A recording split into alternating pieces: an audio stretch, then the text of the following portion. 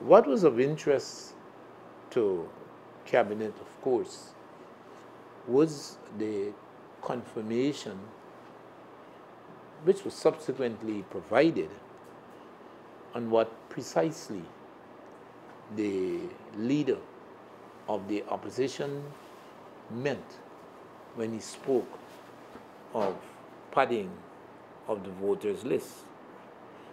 And his subsequent remarks did provide some insight as he spoke of the increase in the electorate simultaneous with the decrease in the census-derived population. This is the most recent census population.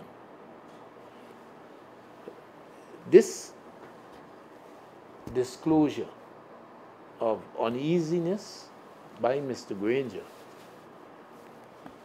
coming at the time it did and the place at which it was made, is of equal significance to the disclosure he made.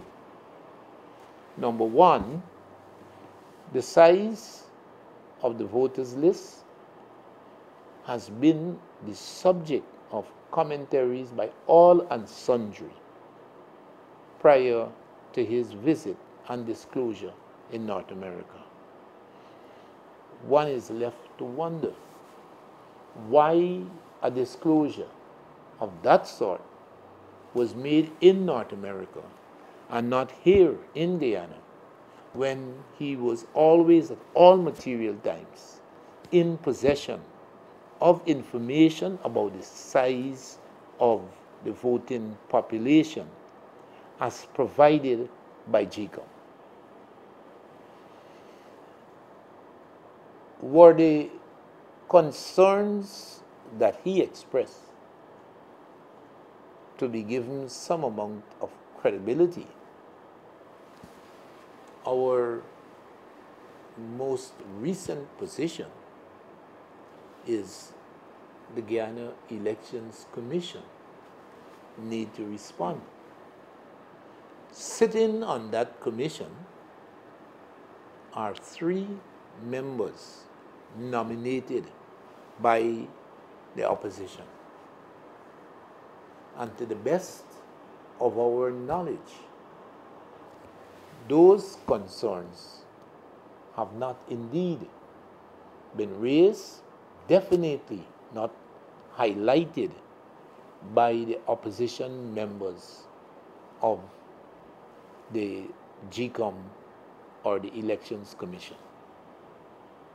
In that context, one is left to wonder whether this is not one of those electoral issues, the ploys, or whether it is, heaven forbid, some indication of the likely resort of APNU in the face of their certain defeat on the May 11th elections. That is, the approach to the courts to litigate on the results of the May 11 elections. It's not worthy of a comment. It really isn't. I do not believe that the TUC is unaware that this benefits and facilities that the president enjoys during his term in office and those that he enjoys as a former president are explicitly captured in the law. The Constitution and the relevant statutes pronounce explicitly on such matters.